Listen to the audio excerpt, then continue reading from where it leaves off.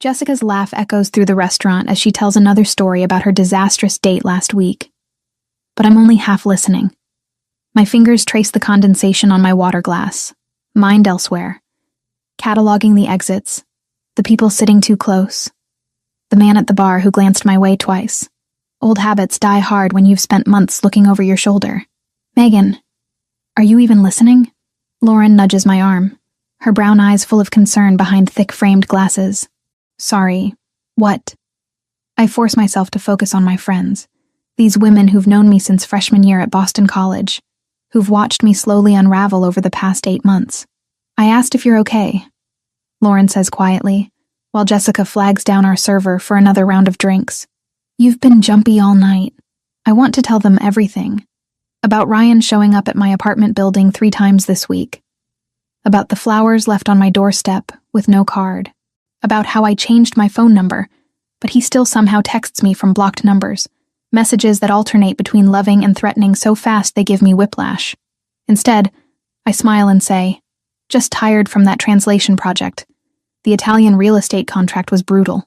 Jessica returns her attention to us, pushing a strand of blonde hair behind her ear. You work too hard. When's the last time you did something fun? Something that wasn't sitting alone in that apartment translating legal documents? I like my work. I protest, but it sounds weak even to my own ears. The truth is, I'm afraid to go out. Afraid Ryan will be waiting. Afraid of becoming the girl who lets fear control her life, which I suppose I already am. We finish dinner around 9, and I hug both of them goodbye on the sidewalk outside the restaurant. The November air bites through my jacket, promising winter's arrival. Jessica offers to share an Uber, but I decline. My apartment is only 6 blocks away, and I refuse to let Ryan take away my ability to walk through my own neighborhood. Text us when you get home, Lauren calls as they climb into their ride. Always do, I promise, waving as they pull away. The walk starts out fine. The streets are busy with Friday night crowds, couples heading to bars, groups of friends laughing too loudly. Safety in numbers. But as I turn onto the quieter residential blocks, the familiar anxiety creeps up my spine. I pull out my phone, pretending to text, but really checking the camera app to watch behind me without obviously turning around. An old trick I learned from a self-defense blog. Nothing seems off, but that doesn't mean anything. Ryan's good at staying hidden when he wants to be. My building comes into view, a modest 4-story brick structure that's seen better decades. The streetlight out front flickers like it's considering giving up entirely. I climb the front steps, fumbling for my keys with hands that shake more than I'd like to admit. The lobby is empty, silent, except for the hum of the ancient radiator. Mrs. Harris from 2B usually watches game shows with her door open around this time, but tonight her apartment is dark and quiet. The elevator is broken again, so I take the stairs to the 3rd floor, my footsteps echoing in the concrete stairwell. When I reach my hallway, I stop. My apartment door is slightly open. Just an inch, maybe less, but definitely not how I left it. I always check 3 times that the deadbolt is engaged before leaving. Always. Every nerve in my body screams to run, but my feet won't move. My hand shakes as I pull out my phone, thumb hovering over the emergency call button. Maybe I forgot. Maybe I was distracted thinking about the dinner, about what to wear, about how to pretend everything's fine when it hasn't been fine in months. I push the door open slowly, my heart hammering so hard I can feel it in my throat. The living room light is on. I definitely turn that off. Hello? My voice comes out smaller than intended, barely above a whisper. That's when I see him. Ryan stands in my living room like he belongs there, like he has any right to be in my space. He's wearing the navy sweater I always hated, the one that made his eyes look cold instead of blue. His hands are in his pockets, casual, as if we're old friends meeting for coffee instead of him breaking into my home. Hey, Meg. He uses the nickname I told him not to use anymore, the one that feels like ownership instead of affection. I've been waiting for you. My hand tightens around my phone, but before I can move, before I can run or scream or do anything useful, a voice comes from my kitchen. She's not interested in talking to you. The voice is male, calm, carrying an authority that makes the air in the room shift. I turn and nearly drop my phone. A man emerges from my kitchen like he's simply been waiting for his cue. He's tall, easily over 6 feet, with the kind of build that suggests he could break someone in half if necessary. Dark hair is styled perfectly, not a strand out of place despite the late hour. His eyes are the most striking feature, a deep brown that catches the lamplight and holds it, assessing everything in a single glance. He wears a black suit that fits him so precisely it must be custom-tailored, the kind of clothing that whispers money rather than shouting it. There's something about the way he moves, economical and controlled, like violence is always an option, but rarely necessary. "Who the hell are you?" Ryan's voice cracks slightly, his casual stance evaporating. The man doesn't answer Ryan. Instead, he looks at me, and his expression softens just slightly. "Miss Collins, I apologize for the intrusion. My name is Franco Ricchetti. I've been monitoring your situation. My mind races, trying to place him, trying to understand why a stranger is in my apartment, why he knows my name, why he's standing between me and my stalker ex-boyfriend like some kind of well-dressed guardian angel." Then it clicks. "Ricchetti. I've heard that name before. Whispered by the owner of Ristorante Bella Vita, the upscale Italian restaurant in the North End where I do occasional translation work. Whispered with respect, and something that might be fear. You need to leave," Ryan says, trying to reclaim some control, but his voice wavers. "This is between me and my girlfriend." "I'm not your girlfriend," I snap, finding my voice finally. "We broke up 8 months ago, Ryan. You need to stop this."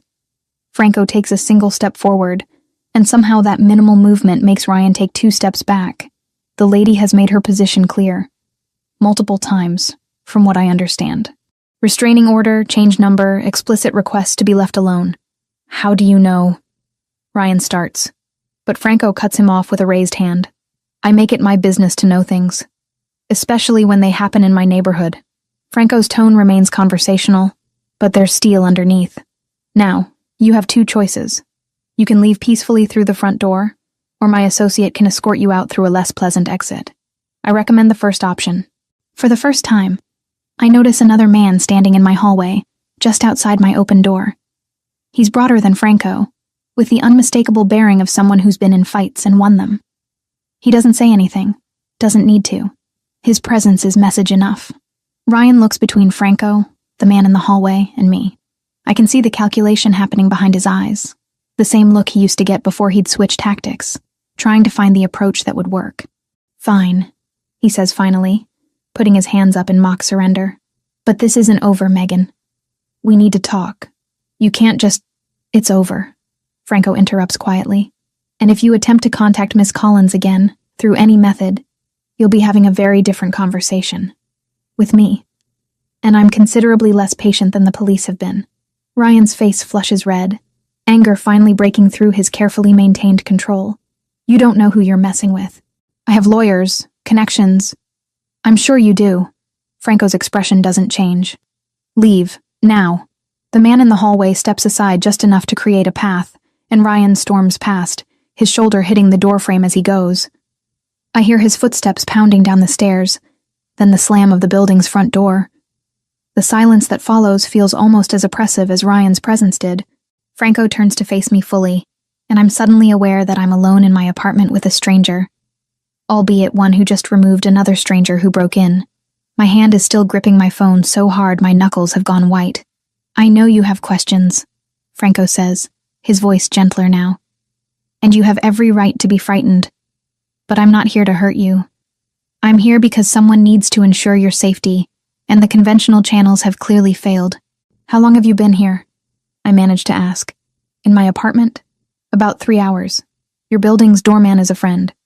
He called me when he saw your ex bypass the security and head upstairs. I've been aware of the situation for a few weeks now. A few weeks. He's been watching me, or having me watched, for weeks, and I had no idea. The thought should terrify me. But instead, I feel a strange mixture of violation and relief. Why? The question comes out as barely a whisper. Why do you care about some random translator you don't even know? Franco studies me for a moment, as if deciding how much to reveal. You're not random. You've been doing excellent work for Ristorante Bella Vita. Giuseppe speaks very highly of your skills, your attention to detail. When he mentioned you seemed troubled, I looked into it. What I found concerned me. Giuseppe told you about me? I try to remember ever discussing personal matters with the restaurant owner, but I keep my work relationship strictly professional. Giuseppe noticed you looking over your shoulder, jumping at loud noises. The signs are obvious to those who know what to look for. Franco moves toward my door, giving me space. I deal in protection, Miss Collins. It's what I do, and when I see someone who needs protecting in my territory, I act. His territory. The words hang in the air, confirming what I suspected. Franco Ricchetti isn't just a concerned citizen or a friend of Giuseppe's. He's someone with power in this neighborhood, the kind of power that operates outside official channels. I should call the police, I say, but I don't move to do it. You should, Franco agrees. Though I suspect you already know how that conversation will go. Your ex-boyfriend will claim the door was unlocked, that he knocked and you invited him in, that there was a misunderstanding. No forced entry, no witnesses, just his word against yours. Again, he's right, and we both know it. I've been down this road before. The sympathetic officers taking my statement while clearly thinking I'm an overreactive ex-girlfriend. The restraining order that Ryan violates with impunity because he's careful never to leave evidence. What do you want from me? I ask finally. Nothing, Franco says. Or rather, I want you to accept help. Proper protection. Not just police reports that go nowhere, but actual security. I can't afford... I'm not asking you to pay. He reaches into his jacket, and I tense. But he only pulls out a business card. Plain white, expensive stock, with just a phone number embossed in gold. This is a professional offer, Miss Collins. Giuseppe is a business associate of mine. You provide him valuable services. Ensuring your safety ensures the continuity of that relationship. It's a lie, or at least not the whole truth. I can see it in the way he phrases it. Too formal, too careful. But I'm too tired and too shaken to push. What kind of protection? I hear myself asking. Immediate relocation to a secure location for tonight. Tomorrow we discuss longer-term solutions. Security upgrades to your apartment, monitoring, legal assistance in building a case that will actually result in consequences for your ex-boyfriend. And if I say no, Franco slides the card onto my small entry table. Then I leave, and you lock your door, and tomorrow morning you go back to looking over your shoulder. But the offer remains open. He gestures to the man still standing in my hallway. Anthony will wait outside until you decide. If you choose to accept, he'll drive you somewhere safe. If not, he'll ensure no one bothers you tonight and then leave in the morning. Just like that? Just like that. Franco walks to my door, then pauses. For what it's worth, Miss Collins, you remind me of someone I cared about. Someone who needed help but was too proud to ask for it until it was nearly too late. I failed her. I won't make that mistake again. There's genuine pain in his voice, quickly masked but present. It humanizes him, this polished, dangerous man who appeared in my kitchen like something out of a movie. Thank you, I say. Because what else is there to say? For getting rid of Ryan. For all of this. Franco inclines his head slightly. You have my number. Use it. He leaves, his footsteps quiet on the hallway carpet. Through my open door, I watch him exchange a few words with Anthony, too low for me to hear. Then he's gone, and I'm left standing in my violated apartment with a business card and a choice. I look around my living room. The same couch I've had since college, the bookshelf sagging under the weight of dictionaries and reference materials, the small desk by the window where I work. Everything familiar, everything mine, except now it feels contaminated by Ryan's presence and Franco's intervention. My phone buzzes. A text from Lauren. Home safe? I type back. Safe. Talk tomorrow. Then I pick up Franco's card, feeling the expensive weight of it, and add his number to my contacts. I don't call. Not yet. But I stand there for a long time, holding my phone, thinking about safety and pride, and how sometimes the latter is a luxury you can't afford. Finally, I walk to my door and look at Anthony, who stands at parade rest like a soldier, patient and alert. Can you really stay all night? I ask. Yes, ma'am, Mr. Ricchetti's orders. And in the morning? Whatever you decide, ma'am. I nod slowly, then close my door and engage every lock I have. I know Anthony is still out there. I know Franco Ricchetti has just inserted himself into my life in ways I don't fully understand yet. I know everything has changed in the span of an hour, but I also know that for the first time in months, I might actually sleep through the night without jerking awake at every sound. Convinced Ryan is coming back. I text Franco's number. Thank you. We should talk tomorrow. The response comes almost immediately. My office. 10 a.m. Anthony will drive you. Sleep well, Miss Collins. I set my phone down and sink onto my couch. Adrenaline finally leaving my system and exhaustion flooding in to replace it. Tomorrow I'll figure out what I've just agreed to. What Franco Ricchetti actually wants. Whether I've traded one dangerous situation for another. Tonight, I'm just grateful to be alone in my apartment. With a stranger standing guard in my hallway. And my ex-boyfriend finally gone. Morning arrives with pale sunlight filtering through my bedroom curtains. And for 3 beautiful seconds, I forget everything. Then reality crashes back. Ryan in my apartment. Franco Ricchetti materializing from my kitchen. Anthony standing guard outside my door all night. I grab my phone from the nightstand. 8:30. Franco's office at 10. I have 90 minutes to shower, dress, and convince myself this isn't the worst decision I've ever made. The apartment feels different in daylight. Less threatening, but more surreal. I peek through the peephole and find the hallway empty. Anthony must have left already, or maybe he's waiting downstairs. I unlock the door and find a note taped at eye level. Coffee and breakfast on your doorstep. Car will arrive at 9:45. True to his word, there's a thermal bag containing a still hot latte and a croissant from the French bakery 2 blocks over. The expensive one I only go to on special occasions. I bring it inside, lock the door again, and eat standing at my kitchen counter, too wired to sit. My phone buzzes. Sarah, my older sister, calling from Boston. Hey, I answer, trying to sound normal. You sound weird. What's wrong? Sarah has a sixth sense for my moods, honed over 30 years of sisterhood. Nothing's wrong exactly, just a weird night. Define weird. I consider lying, but Sarah will find out eventually. She always does. Ryan broke into my apartment. He what? Her voice jumps an octave. Megan, did you call the police? Are you okay? Do you need me to drive down there? I'm fine, he's gone. And I had help. What kind of help? I explain about Franco, keeping the details vague, emphasizing the connection to my translation work, and downplaying the obvious criminal undertones. Sarah listens without interrupting, which means she's either too shocked to speak or formulating a very long lecture. Let me get this straight, she says finally.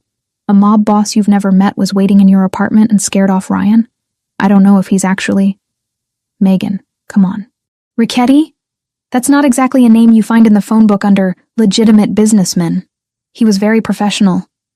I say defensively, which sounds ridiculous even to my ears. Sarah sighs.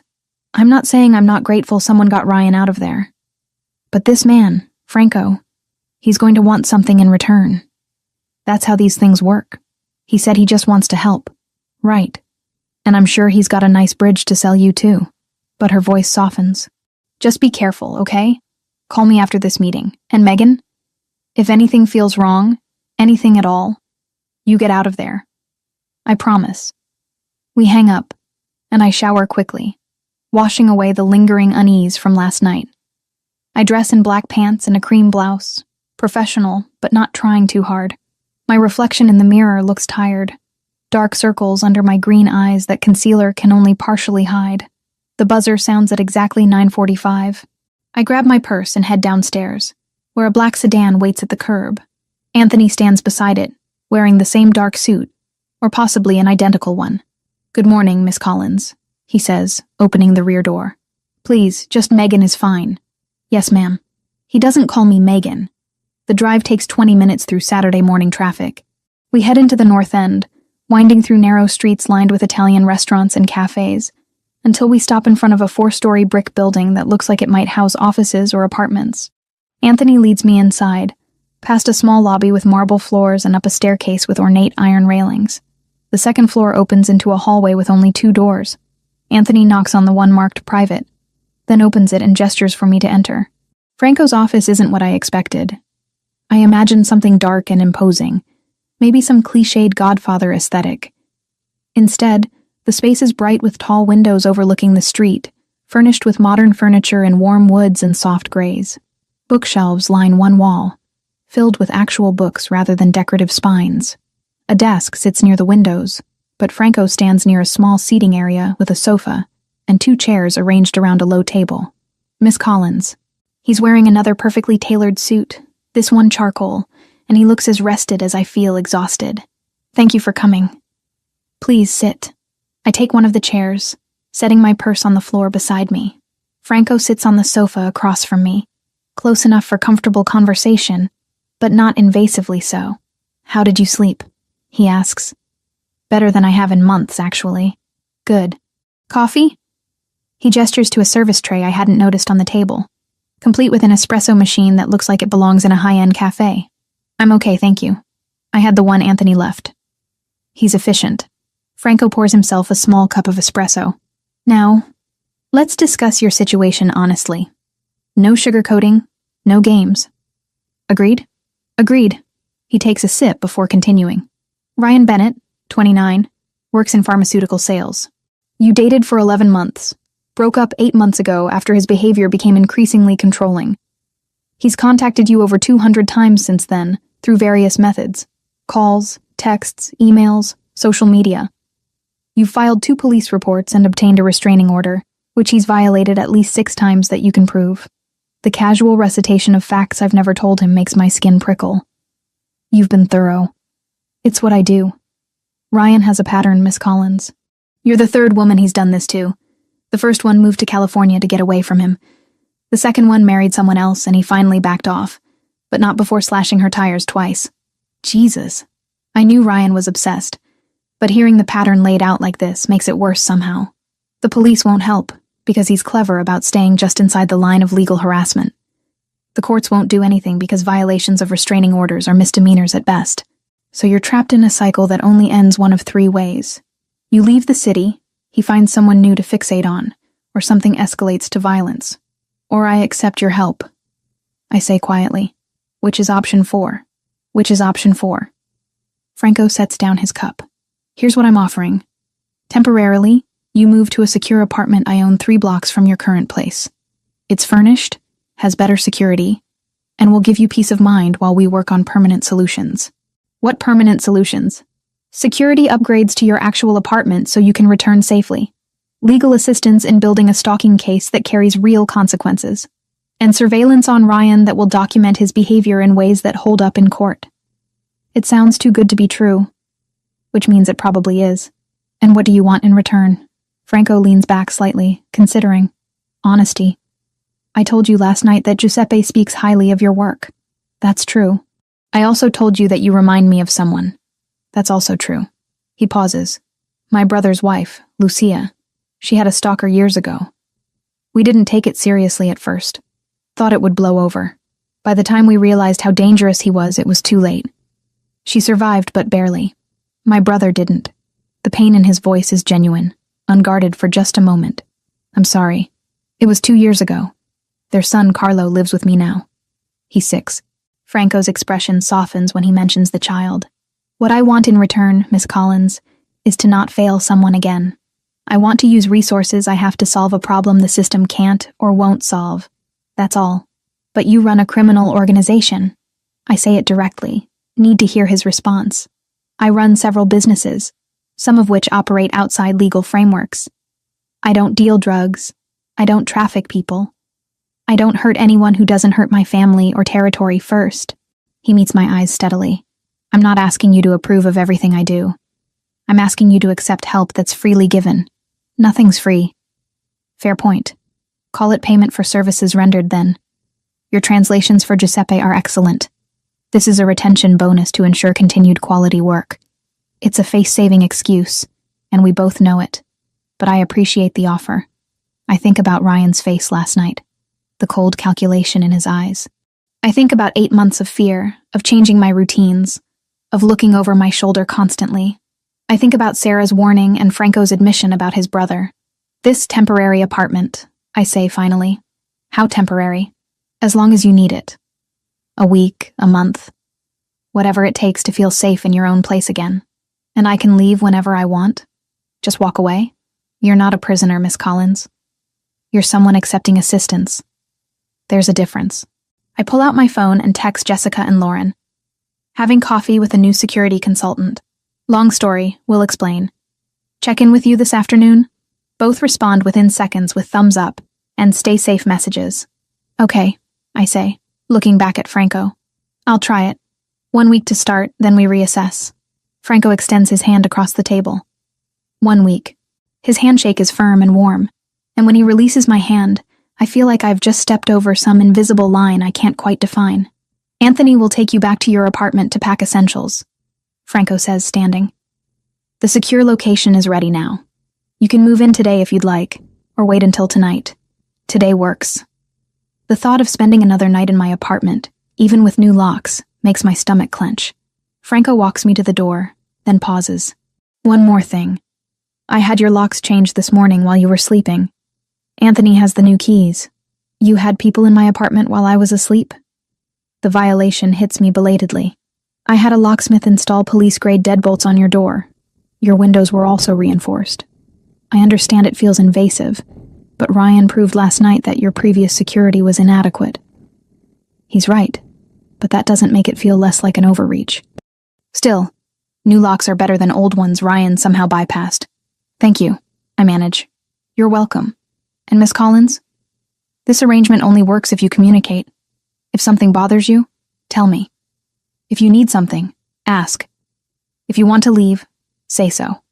Understood? Understood. Anthony drives me back to my apartment, waiting patiently while I pack a suitcase with clothes, toiletries, my laptop, and work materials. The new locks are impressive, solid, and gleaming. The windows have some kind of film on them now, barely visible but definitely different. I text Sarah. Packing some things.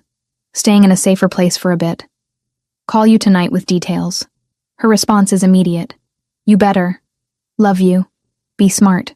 The secure apartment is exactly 3 blocks away, as Franco promised, in a building that looks nearly identical to mine from the outside. Inside, it's a different story. The hallway is well lit and clearly maintained, with cameras in corners and a security panel by the elevator. Anthony uses a key card to access the 3rd floor, then unlocks apartment 3B. This is yours for now, he says, handing me the card and keys. My number's programmed in the phone by the door. Any problems? Anytime, you call. The apartment is bigger than mine, with a living room, full kitchen, bedroom, and bathroom that looks recently renovated. It's furnished in the same understated style as Franco's office. Comfortable but not ostentatious. A basket on the kitchen counter holds fruit, bread, and other basics. The fridge is stocked, Anthony says. If you need anything else, let me know. I'll be downstairs for a few hours, then Mr. Ricchetti wants me to check on your building, make sure everything's secure. After he leaves, I wander through the apartment, touching furniture, opening cabinets, trying to make it feel real. Sunlight streams through windows that face a quiet side street. There's even a small desk set up in the corner of the bedroom, perfect for work. I unpack methodically, hanging clothes in the closet, setting up my laptop, arranging toiletries in the bathroom, making this temporary space mine, at least for now. My phone rings. Lauren this time. So? She says without preamble. Security consultant? It's complicated. Jessica and I want details. Lunch tomorrow? Yeah, that would be good actually. I need to talk to both of you. We'll come to you. Text us the address. After we hang up, I stand at the window, watching people walk past on the street below. Normal people doing normal Saturday things, completely unaware of the strange parallel world I've just entered. Franco Ricchetti has inserted himself into my life with smooth efficiency, providing solutions before I even fully understood the problems. Part of me wants to be grateful. Part of me wants to run. But the biggest part, the part that's been terrified for 8 months, the part that barely slept for fear of Ryan showing up again, that part just feels relieved. I pull out my phone and text Franco. Settled in. Thank you for everything. His response comes quickly.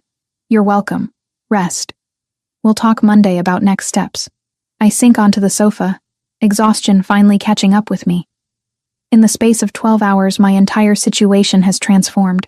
I have a powerful protector, a secure place to stay, and the first real hope I've felt since Ryan refused to accept our breakup. But I also have questions. About Franco's true motives, about what he expects long-term, about whether I've solved one problem by creating another. For now, though, I'm too tired to analyze.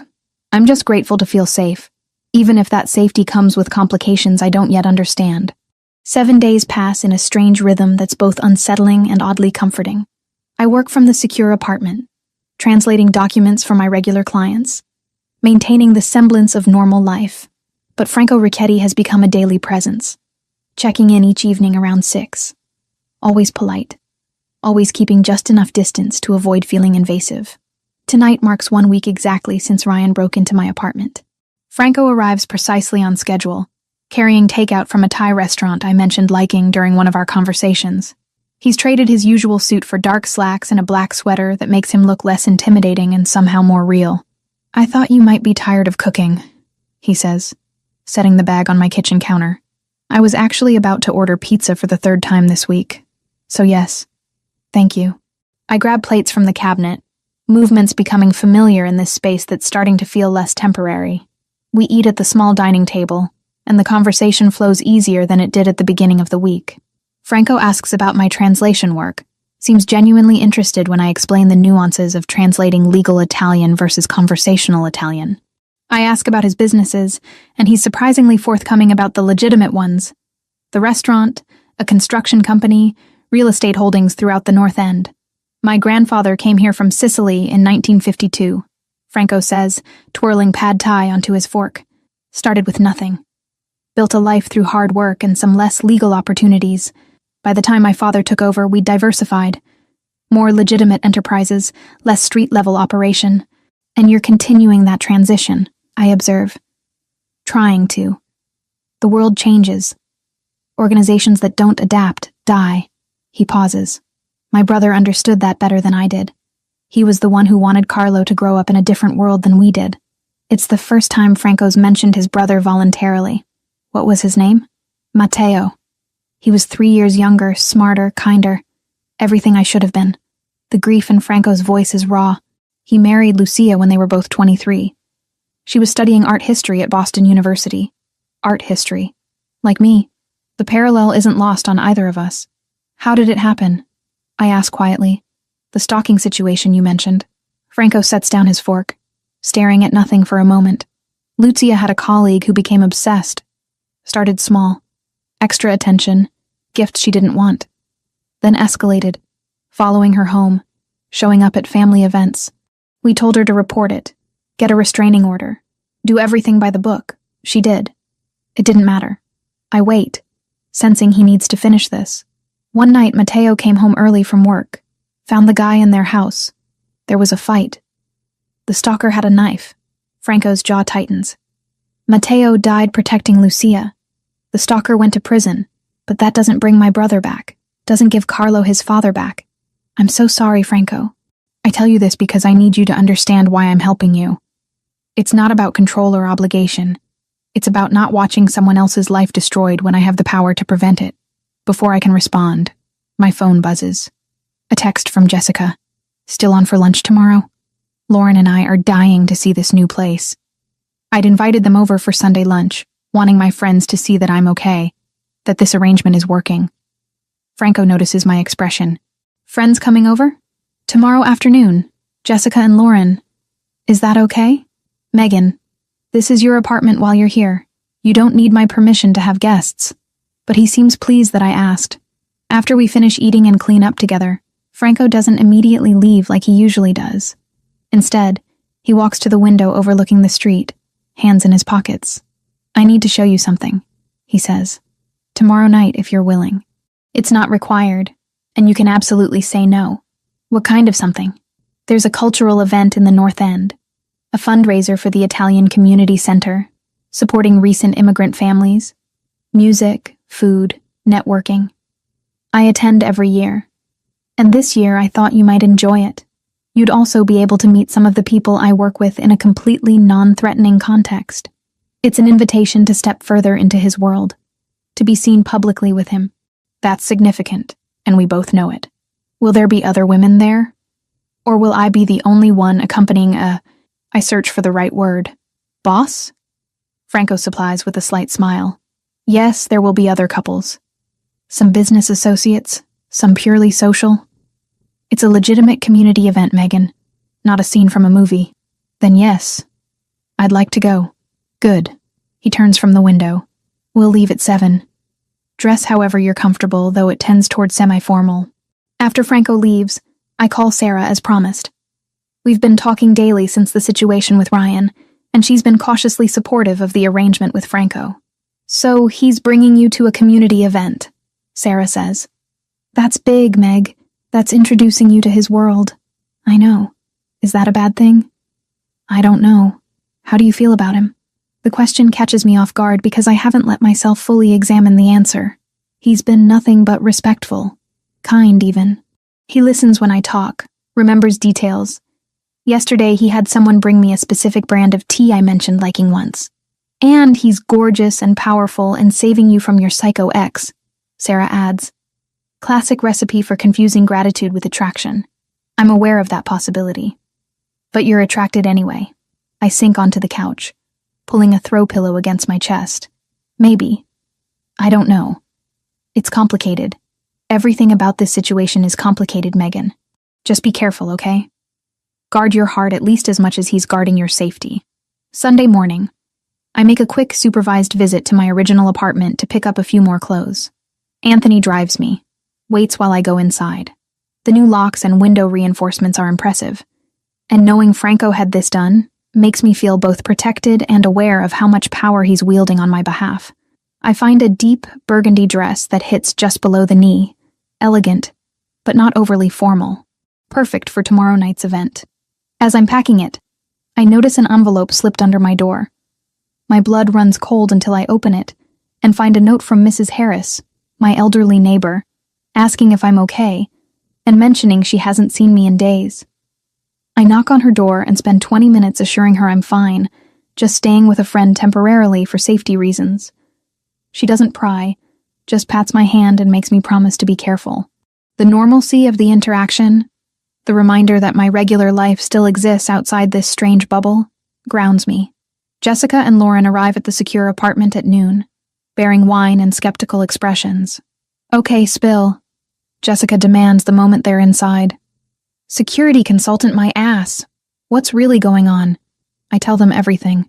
Ryan breaking in, Franco appearing like some kind of guardian angel/crime boss, the arrangement, the growing complexity of my feelings. They listen without interrupting, which with these two means they're genuinely concerned. So you're basically under the protection of the actual mafia, Lauren summarizes when I finish. Under the protection of someone who runs organizations that sometimes operate outside legal frameworks, I correct. Potato, potato. Jessica pours us all wine. The real question is, are you safe? And I don't just mean from Ryan. I think so. Franco's been completely professional. He's never pushed, never made me uncomfortable. But you're falling for him, Lauren observes, reading me like she always has. I don't know. Maybe. Probably. It's hard to separate gratitude from attraction when someone literally saved you from your stalker ex-boyfriend. We spend the afternoon talking, laughing, slowly easing the tension I've been carrying. When they leave around 4, promising to check in daily, I feel more anchored. These women have known me since I was 18, messy and optimistic, and convinced I'd conquer the world. They remind me of who I am outside of this situation. Monday morning, Franco texts asking if I'd like to visit my original apartment again, this time to do a walkthrough of the completed security upgrades. We meet there at 10, and I'm impressed by the thoroughness. New locks, reinforced windows, a security camera covering the hallway entrance, a panic button installed by the door. This must have cost a fortune, I say, running my fingers over the smooth metal of the deadbolt. Consider it an investment in a valuable translator's continued availability, Franco replies, but there's warmth in his eyes that has nothing to do with business. When can I move back? Whenever you feel ready. There's no rush, but the space is secure now if you want to return. I look around my small apartment, at the bookshelf and the worn couch and the desk by the window. Mine, but now marked by Ryan's intrusion and Franco's protection. Not yet. Maybe another week at the secure location. Is that okay? Take all the time you need. That evening, we walk through the North End, Franco pointing out landmarks, telling stories about the neighborhood's history. We stop at a small cafe where the owner greets Franco like family, insists on making us espresso himself. The old man's eyes twinkle when he looks at me, clearly jumping to conclusions about my presence with Franco. We end up on a bench in a small park, watching children play while their parents chat in Italian. The autumn air is crisp but not cold yet, and for a moment, everything feels almost normal. Tomorrow night, Franco says. The fundraiser. I should probably mention that people will make assumptions about us, about what you are to me. And what am I to you? The question comes out braver than I feel. Franco turns to look at me directly, those dark eyes intense and honest. Right now? Someone I'm protecting. Someone I enjoy spending time with. Someone who reminds me that there's more to life than obligation and control. And tomorrow night, what will they think I am? Someone important to me.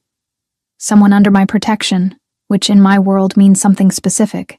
It means you're not to be touched, not to be threatened, not to be disrespected. Like family, he agrees. Or something that could become more than that, if we both wanted it to. The admission hangs between us, honest and terrifying and thrilling all at once. I don't know what I want yet, I tell him truthfully.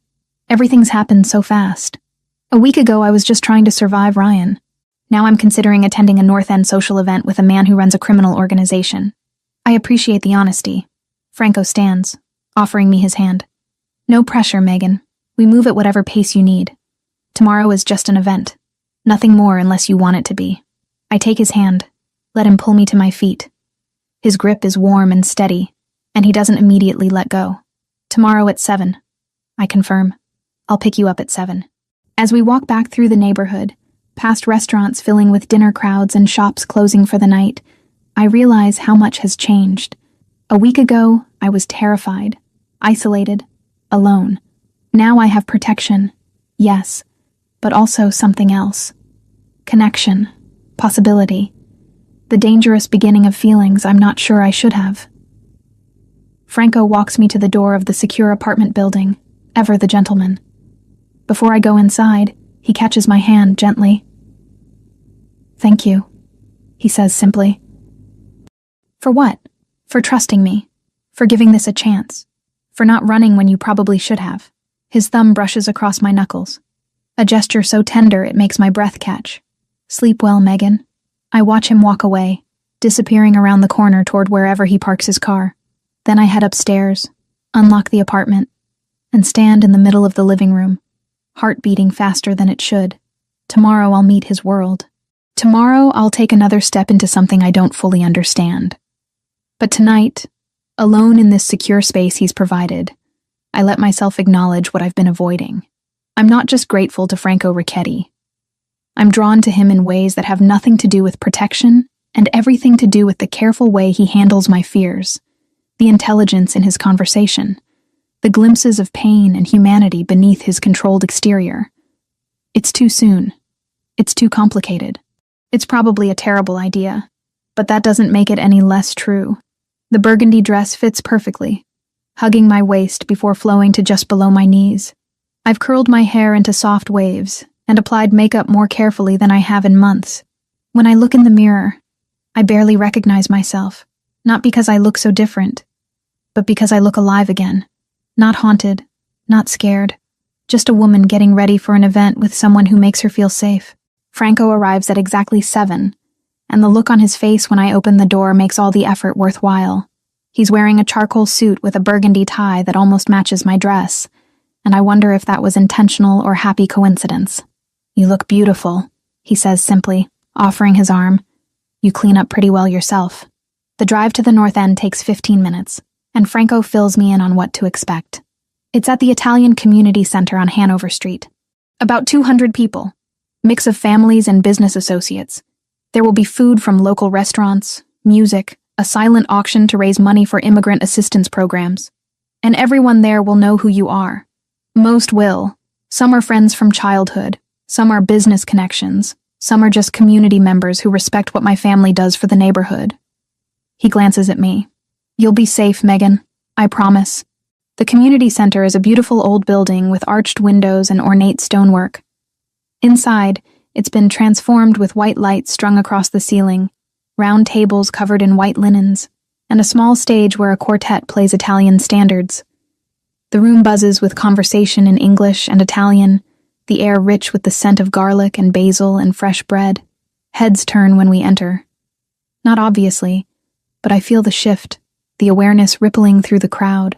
Franco keeps his hand at the small of my back, proprietary but gentle, guiding me through clusters of people toward the bar. "Champagne?" he asks. "Please." While he orders drinks, I scan the room. The attendees are exactly as Franco described. Families with children, older couples who look like they've known each other for decades, younger professionals networking. Nothing sinister, just a community gathering. But I also notice the way certain men nod to Franco with particular respect, the way their wives assess me with keen interest. Franco hands me a glass and introduces me to the first group. "Giuseppe, Carla, this is Megan Collins. She's the translator I mentioned, the one who's been doing such excellent work for the restaurant." Giuseppe, the owner of Ristorante Bella Vita, greets me warmly. His wife Carla is a tiny woman with sharp eyes and a warm smile. "So you're the one," she says in lightly accented English. "Giuseppe has been singing your praises for months. Says you understand the soul of the language, not just the words." "That's kind of him," I manage, flushing slightly. "And now Franco has good taste as well as good business sense," Carla adds, her eyes twinkling. The implication is clear and completely intentional. We move through the room, Franco introducing me to what feels like half of Boston's Italian community. There's Antonio Bellini, who owns a construction company. Maria and Thomas Santoro, who run a nonprofit helping recent immigrants navigate legal and social services. Dr. Lucia Costa, who operates a clinic in the neighborhood. Each introduction comes with Franco's hand remaining at my back. Each conversation includes careful assessment from his associates. I'm not naive. These people are trying to figure out who I am to Franco, what my presence here means. Some glances are curious, others calculating. But no one is rude, and most seem genuinely welcoming once they realize I can hold basic conversations in Italian. "Your Italian is excellent," Maria Santoro comments after we discuss the challenges of medical translation. "Where did you study?" "Boston University for my degree, then a semester in Florence. I've been keeping up with it ever since through work and personal interest." "Florence is beautiful," she says with genuine warmth. "My family is from Tuscany originally. You must miss it. Every day, I admit, and it's true. Those 6 months in Italy remain some of the happiest of my life." Franco excuses us to get food from the buffet, which is overflowing with catered dishes from North End restaurants. Fresh mozzarella and tomatoes, pasta in half a dozen styles, roasted vegetables, grilled meats, and desserts that make my mouth water just looking at them.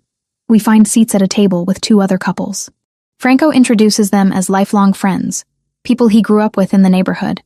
The conversation flows easily, touching on local politics, community issues, upcoming holidays.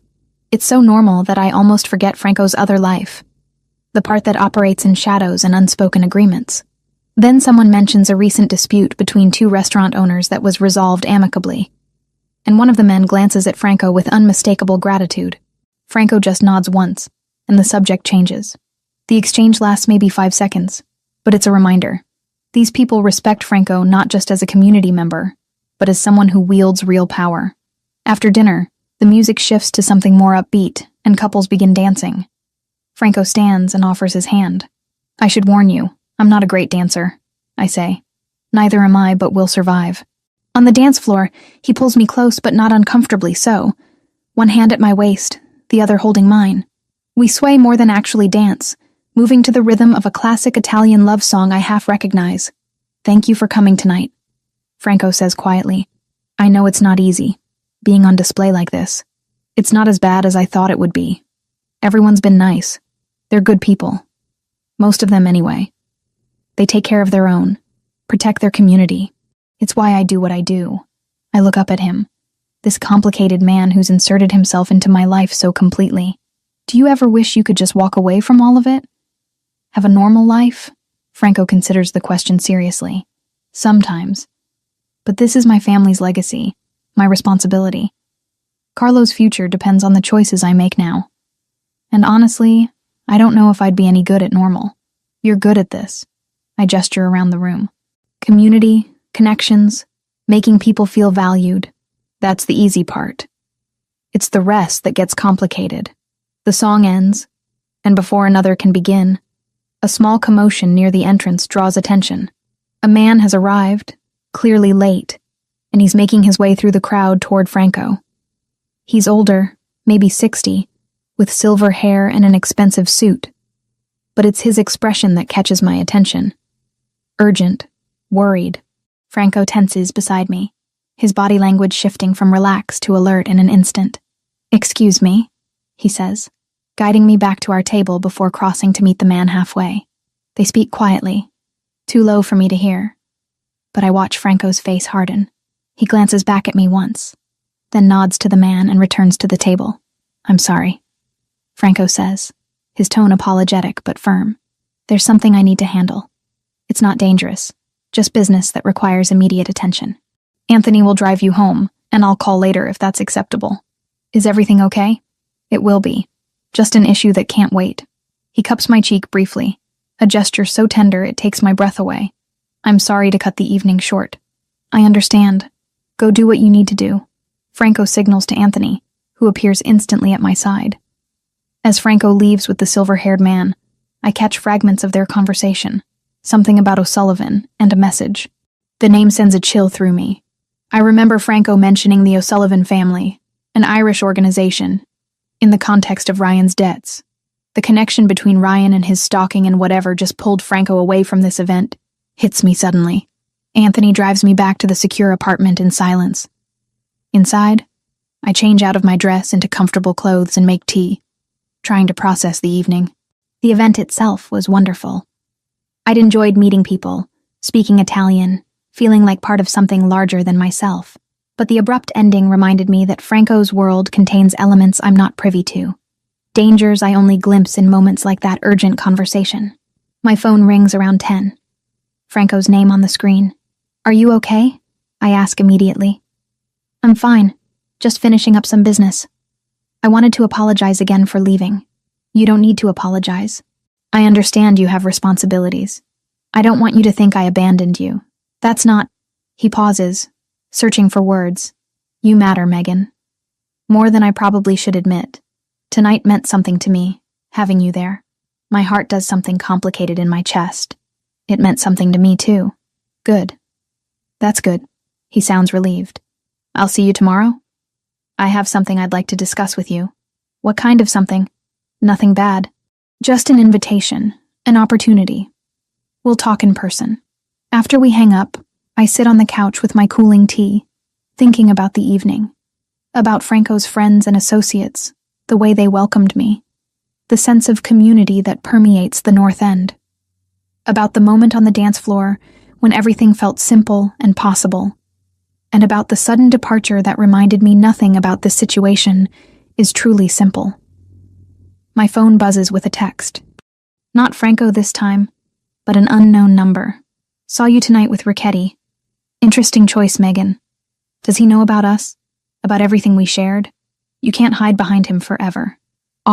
Ryan." Somehow Ryan knows where I was tonight, who I was with. The security of the past 2 weeks evaporates in an instant, replaced by the familiar cold fear. I screenshot the message and immediately call Franco. He answers on the first ring. "What's wrong?" I read him the message, my voice shaking slightly. How did he know? How could he possibly know where I was? Franco's voice turns to ice. "Forward me that screenshot. Right now." I do, hearing him curse softly in Italian when it comes through. "Stay in the apartment. Don't open the door for anyone except Anthony. I'm sending him there now, and I'm going to make some calls." "Franco, what does this mean?" "It means Ryan's behavior is escalating, which we expected. It also means he has either been following you, which seems unlikely given the security, or he has information about my activities, which is concerning for different reasons. The O'Sullivan family. You mentioned Ryan owes them money." There's a brief silence. "You're perceptive. Yes, there's a possibility this is connected to larger issues. But that's my problem to solve, not yours. Your problem is staying safe, which means following my instructions.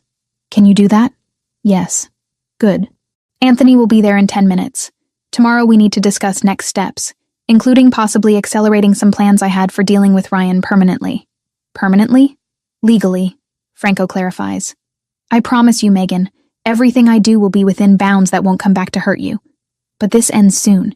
He's not going to terrorize you anymore." After Franco hangs up, I pace the apartment, adrenaline making it impossible to sit still. The beautiful evening has curdled into something dark and threatening. Ryan's message wasn't just harassment. It was a demonstration of reach, a reminder that he's still out there, still watching, still fixated. When Anthony arrives, he does a full sweep of the apartment, checks all the locks, and then positions himself in the living room with a clear view of the door. "Mr. Ricchetti wants me here tonight," he says. "I'll be on the couch. You try to get some sleep." I don't think I can sleep after that message. Understandable. But you're safe here, Miss Collins. I guarantee it. I retreat to the bedroom but leave the door open, comforted by Anthony's presence in the other room. I lie in bed fully clothed, phone in hand, jumping at every small sound. Around midnight, Franco texts, "Ryan's phone has been tracked to South Boston. Someone's with him, possibly O'Sullivan Associates. I'm handling it. You're safe. Trust me." I want to ask what handling it means. Want to know exactly what Franco's doing and how it involves the mysterious O'Sullivan connection. But I also know that some questions are better left unasked. That plausible deniability exists for reasons. Instead, I text back, "I trust you. Be careful." His response is immediate. Always. "Sleep, Megan. Tomorrow we talk about permanent solutions." I finally drift off sometime after 2, exhausted by fear and adrenaline and the emotional whiplash of the evening. I dream of dancing with Franco in the community center. But in the dream, the music distorts, and Ryan appears at the edges of the crowd, watching. Always watching. When I wake Sunday morning, Anthony is still on the couch, alert, despite the early hour. He's on the phone speaking quietly, and when he sees I'm awake, he ends the call. "Mr. Ricchetti wants to meet you at your original apartment at 11, Anthony says. "He has news about your situation. Good news, he wants me to tell you." "What kind of good news?" "He'll explain in person, but the immediate threat has been addressed." I shower and dress in jeans and a sweater, armor against whatever this day brings. When Anthony drives me to my original apartment at 11, Franco is already there, leaning against the hallway wall outside my door. He looks tired but satisfied, the expression of someone who's accomplished something difficult. "Come inside," he says, unlocking my door with the keys I'd given him for the security upgrades. "We need to talk about what happens next." Inside my apartment, Franco gestures for me to sit on the couch while he remains standing, pacing slightly like he's organizing his thoughts. Ryan Bennett is currently being questioned by police in connection with stalking, harassment, and making threats.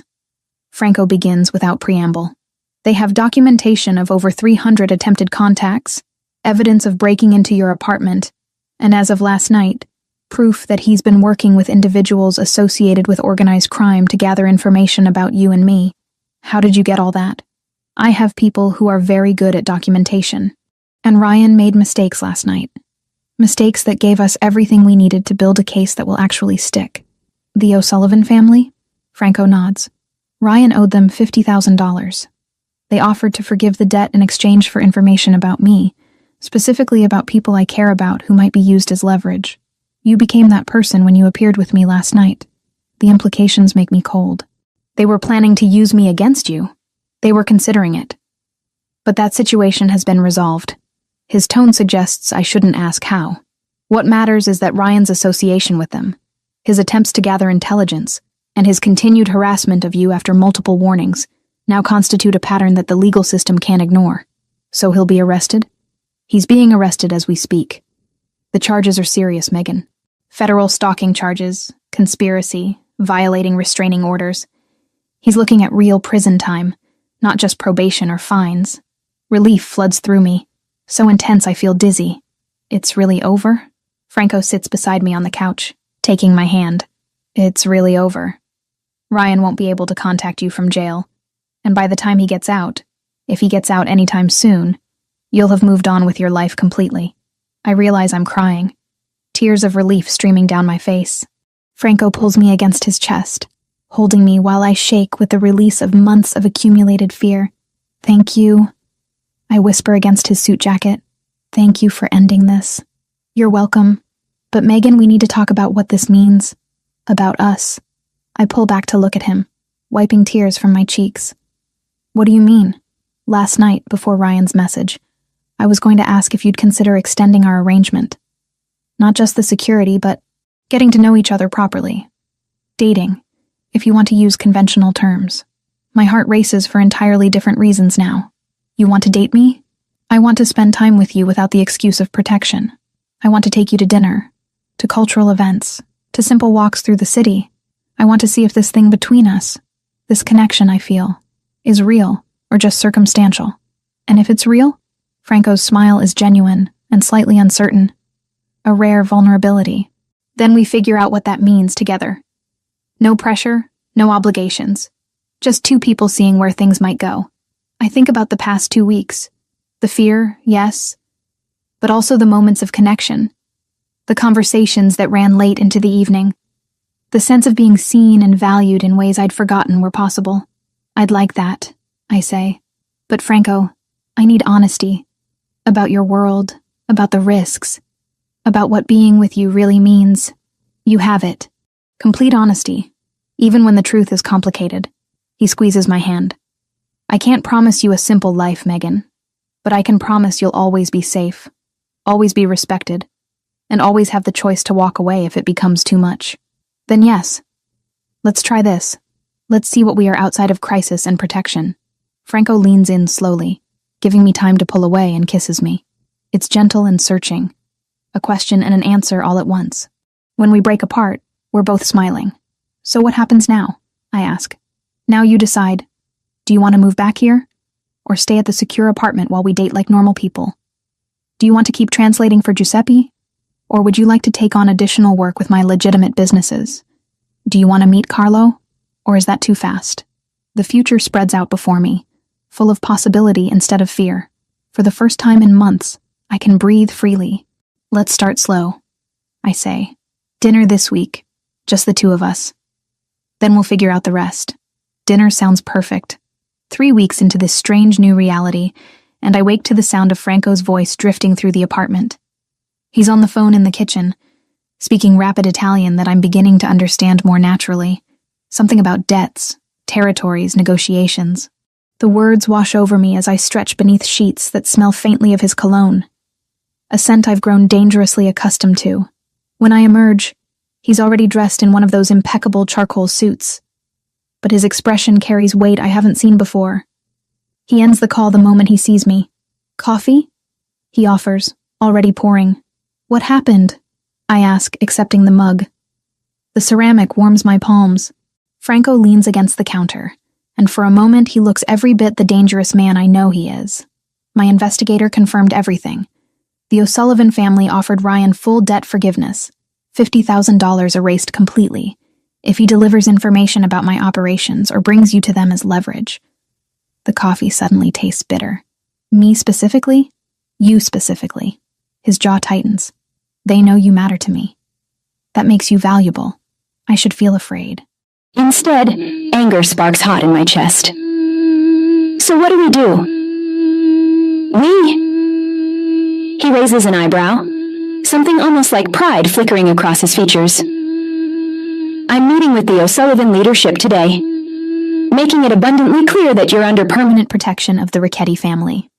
Untouchable. Can I come? Absolutely not. But his tone softens. This is my world handling its own politics. They'll respect the boundary once it's established, or they'll face consequences they can't afford. 4 hours later, Franco returns looking satisfied but exhausted. He doesn't offer details, just pulls me close in a way that feels less like protection and more like need. It's handled, he murmurs against my hair. O'Sullivan backed down, but Ryan's now a liability to them too. He failed, which makes him dangerous to everyone. That should comfort me. It doesn't. The next afternoon, Franco asks if I want to meet Carlo properly.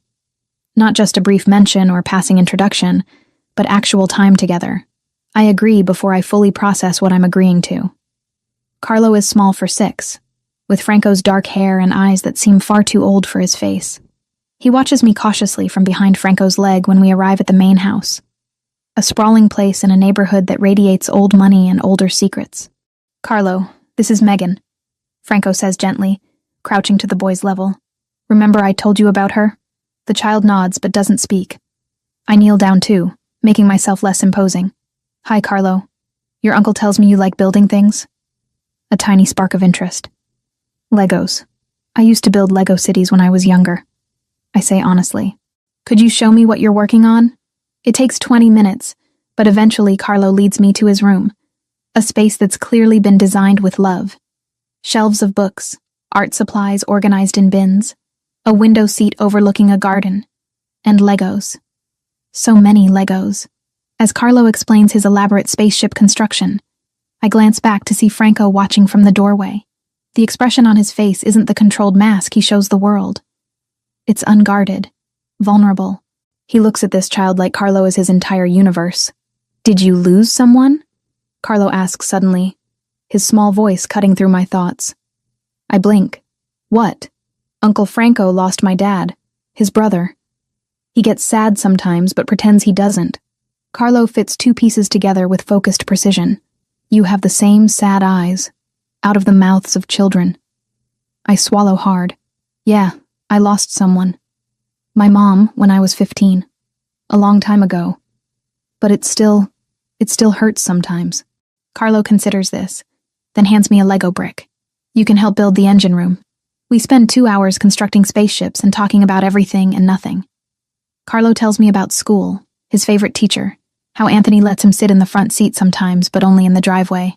He tells me Franco reads to him every night, even when he's busy, and that his uncle makes the best pancakes but terrible grilled cheese. When Franco finally says it's time for Carlo's homework, the boy hugs me without hesitation. Small arms wrap around my waist, trusting and warm. Can Megan come back? He asks Franco. If she wants to, Franco says, looking at me. I want to, I hear myself say. That evening, Franco takes me to a restaurant I recognize. Upscale Italian, the kind with tablecloths that cost more than my monthly grocery budget. But we're not here to eat. We're here because 3 men in expensive suits are waiting at a corner table. Associates, Franco murmurs as we approach. People I trust with my life, and I'm trusting them with yours. The introductions are formal. Luca, older with silver threading his temples. Marcus, younger but with eyes that miss nothing. Sal, somewhere in between, with a handshake that's firm but not aggressive. Gentlemen, this is Megan Collins, Franco says, his hand resting at the small of my back. She's important to me, permanently. The word choice is deliberate. I feel it in the way the 3 men's expressions shift, recognition settling in. Pleasure to meet you properly, Ms. Collins, Luca says smoothly. Franco's told us about your work as a translator. Impressive credentials. We talk business, surprisingly.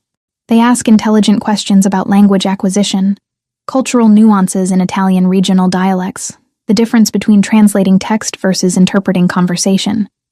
They treat me like I have value beyond being Franco's, whatever I am. When we leave, Franco's hand finds mine. You handled that perfectly. Were they testing me? Absolutely. He smiles, rare and genuine. You passed. The call from Sarah comes 2 days later, her voice tight with controlled panic. Megan, I need you to stay calm. Ryan called me. I don't know how he got my new number, but he did. My blood runs cold. What did he say? That he knows I'm your sister. That he just wants to talk to you. That he's worried about you being manipulated by dangerous people. Sarah exhales shakily.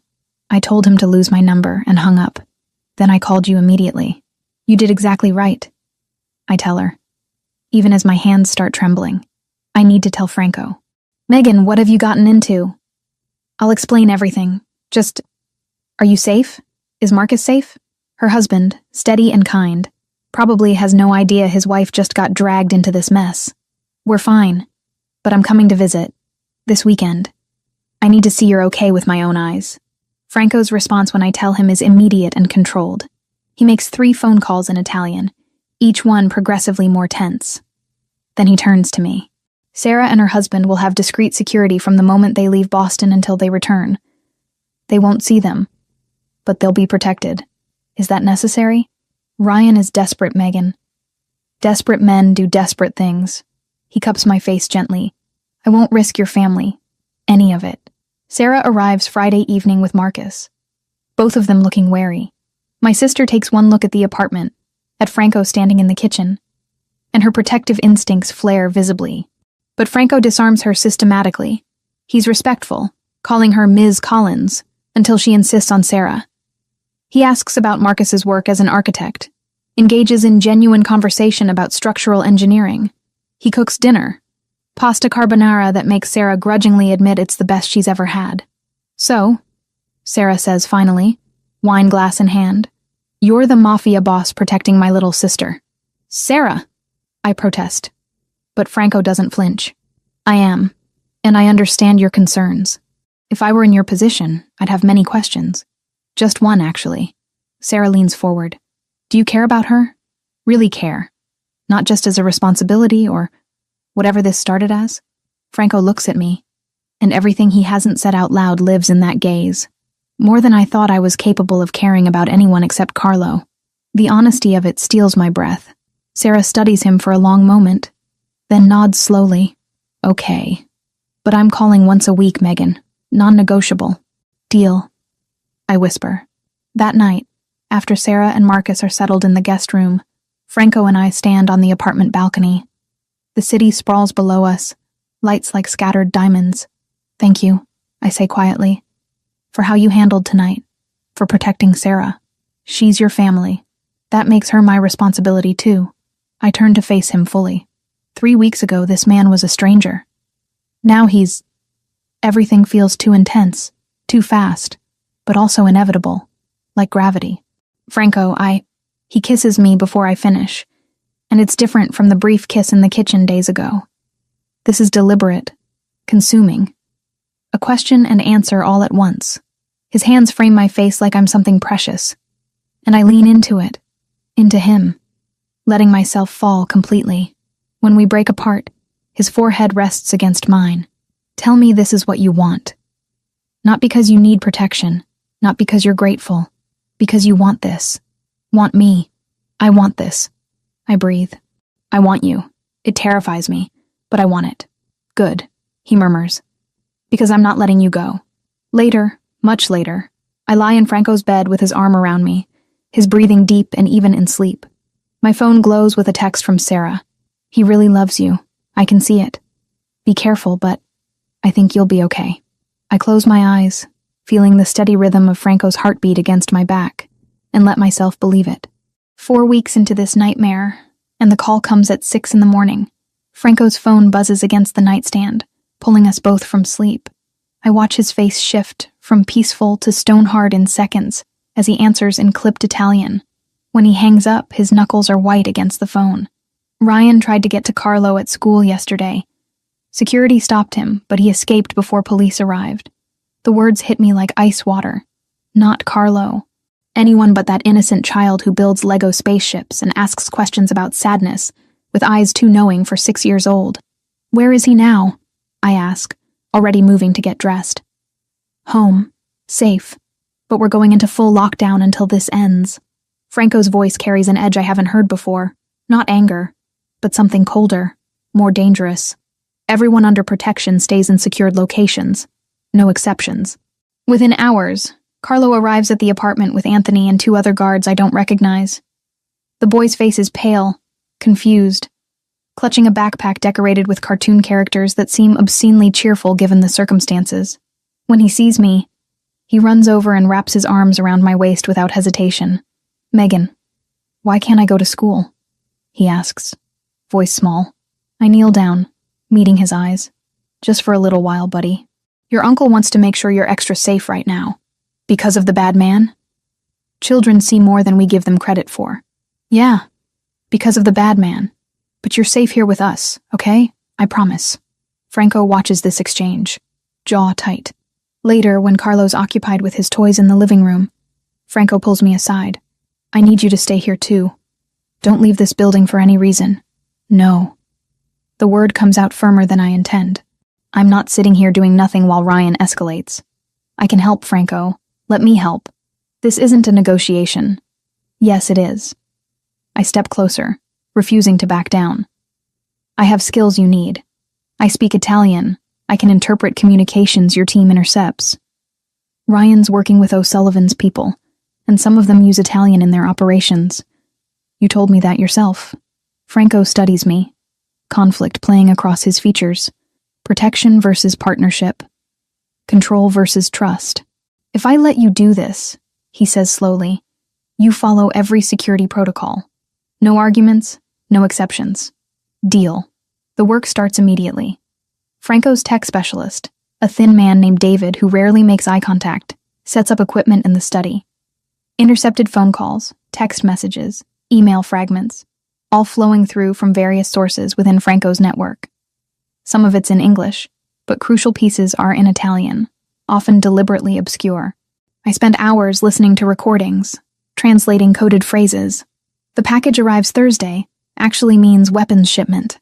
Meeting the cousins for dinner refers to a sit-down with rival family members. It's exhausting, meticulous work, but I lose myself in it.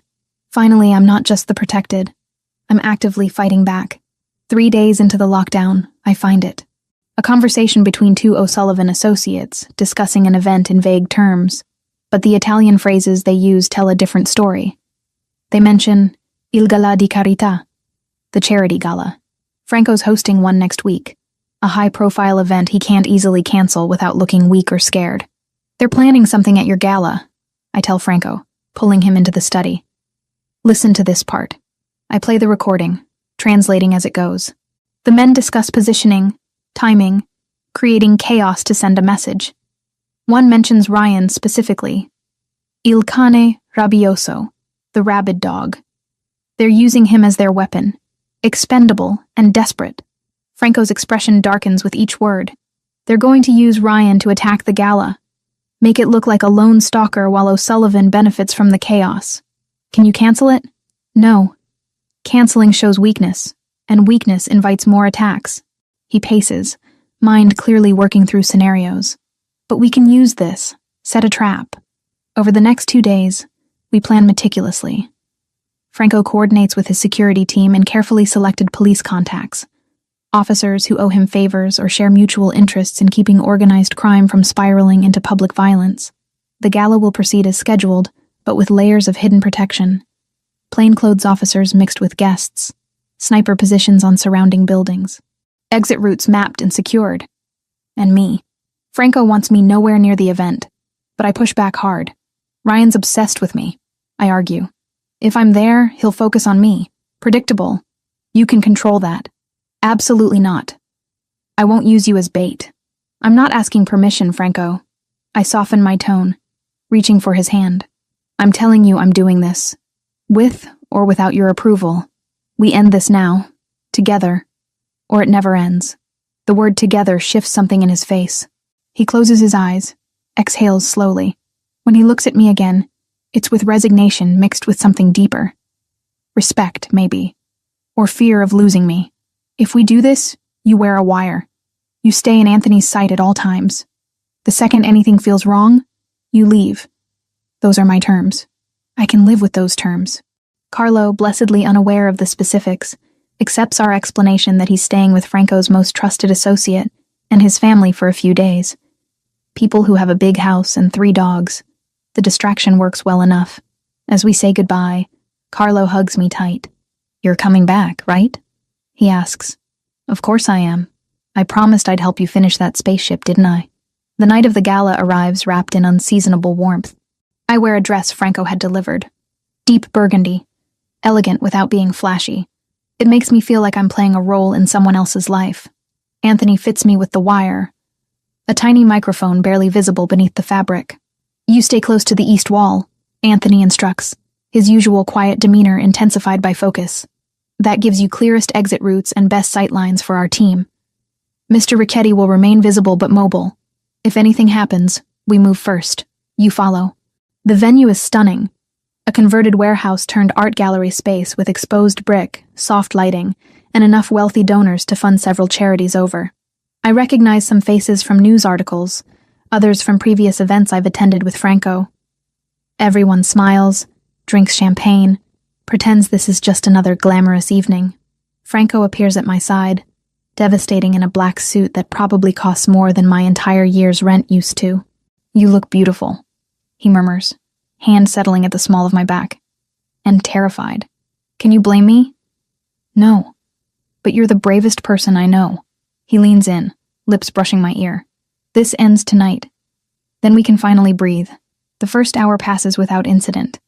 I make small talk with donors, accept compliments on my dress, sip water pretending it's wine. Franco works the room like the professional he is, shaking hands, making connections. To anyone watching, it's a perfect evening. Then I see him. Ryan, dressed in catering staff uniform, moving along the far wall with a tray of empty glasses. He looks thinner than I remember, eyes sunken and fevered. When his gaze finds mine across the room, something in his expression shifts, triumph mixed with madness. I don't run. Instead, I touch the wire, subtle signal to the team monitoring. Franco's already moving, having spotted Ryan seconds after I did. But Ryan's faster than expected, abandoning the tray and pulling something from his jacket. Gun. Small caliber, but deadly enough in a crowded room. Panic ripples through nearby guests as they register the weapon.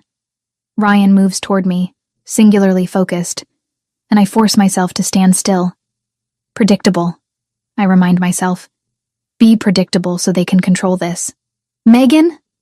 Ryan's voice cracks across the space. You need to come with me. Now. These people are lying to you, manipulating you. Ryan, put the gun down. I keep my voice steady, watching Anthony approach from Ryan's blind spot. This isn't going to end the way you think. You don't understand. I'm trying to save you. He's close now. Maybe 15 feet away. Close enough that I can see his hands shaking. He's dangerous, Megan. He'll destroy you like he destroys everything. Anthony moves. Fast, efficient, disarming Ryan before he can fully react.